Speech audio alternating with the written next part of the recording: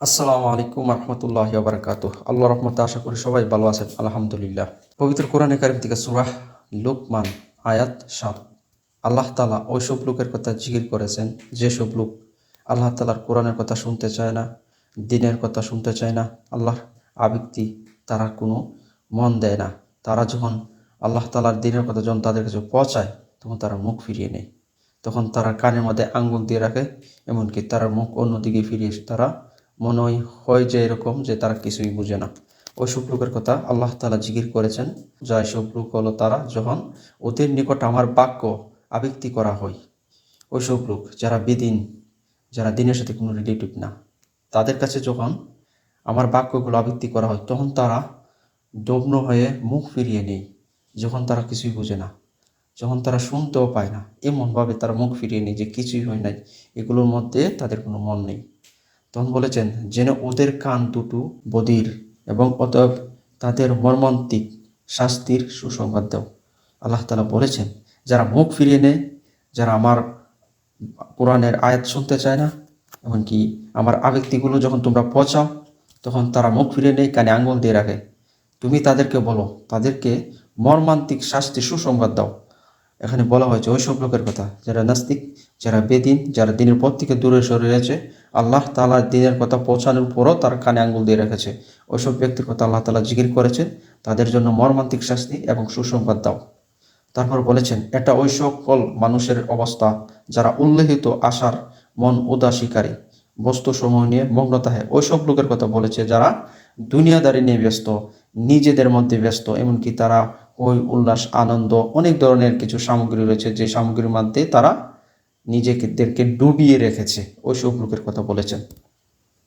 কোরআনের আয়াত এবং আল্লাহ রসুলের কথা শুনতে তারা বিদির হয়ে যায়, অথচ তারা বিদির নয়।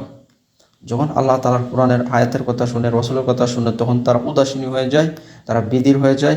তারা নিজেদেরকে এরকম একটা পাগল অবস্থার মতো মনে করে যে এটা কেমন যে একটা অসহ্যকর মনে করে। ওইসব লোকের কথা আল্লাহ তাআলা বলেছেন। কিন্তু আল্লাহ তাআলা বলেন তারপর আল্লাহ তাআলা বলেছেন তারা কিন্তু বিদিরও না, তারা কিন্তু সুস্থ মানুষ। তারা বিদিরও না, তারা শুনতেও পায়, তাদের সুস্থ, তারা সবল। কিন্তু তারা এমনভাবে তাদেরকে নিজেকে বান্দরা যেরকম তারা কিছুই বোঝে না, তাদের কানে আঙুল দিয়ে রাখে, এমনকি তারা বিদির কানের মতো বোঝা যায় যেমন তারা দুনিয়াদারি কিছুই বুঝে না। কিন্তু তারা কিন্তু সুস্থ মানুষ, তারা কিন্তু সুস্থ। আল্লাহ তাআলা বলেছেন কিন্তু তারা কালা নয়, তারা বিদির নয়, কিন্তু তারা সুস্থ। তারা অন্য দিকে এমনভাবে মুখ ফিরিয়ে নেয় ঠিক যেন তারা শুনতেও পায় না, এমনকি তারা চোখে দেখে না, কারণ তা শুনতে তারা কষ্ট অনুভব করে। আল্লাহ তাআলা বলেছেন তারা শুনতে কষ্ট অনুভব করে। তারা আমার কিতাবের কথা শুনতে চায় না, দ্বীনের কথা শুনতে চায় না, তারা আমার আবৃত্তি শুনতে চায় না, এমনকি তারা কিন্তু আমার রাসূলের কথা শুনতেও চায় না। তাই তারা নিজেদেরকে এসব শুনতে গেলে নিজেদেরকে কষ্ট অনুভব করে।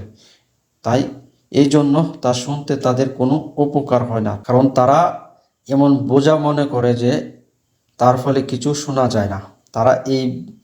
তারা দিনের কথাটা যখন শুনে, তখন তারা এটা অনেক বোঝা মনে করে, অনেক নিজেকে খুব অস্থিরতা মনে করে।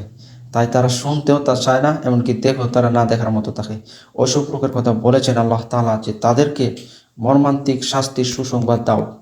কারণ যারা আমার দিনের পথ থেকে সরে রয়েছে, আমার রাসূলকে তারা যারা চিনে না, তারা দিন বলে কিছু মানে না, তারা নিজেদের মধ্যে মগ্ন থাকে, তাদের কানে যখন পৌঁছায় তারা কান বন্ধ করে রাখে, যখন তাদের কাছে দিনের দাওয়া নিয়ে পৌঁছায় তখন তারা উদাসীনী হয়ে যায়।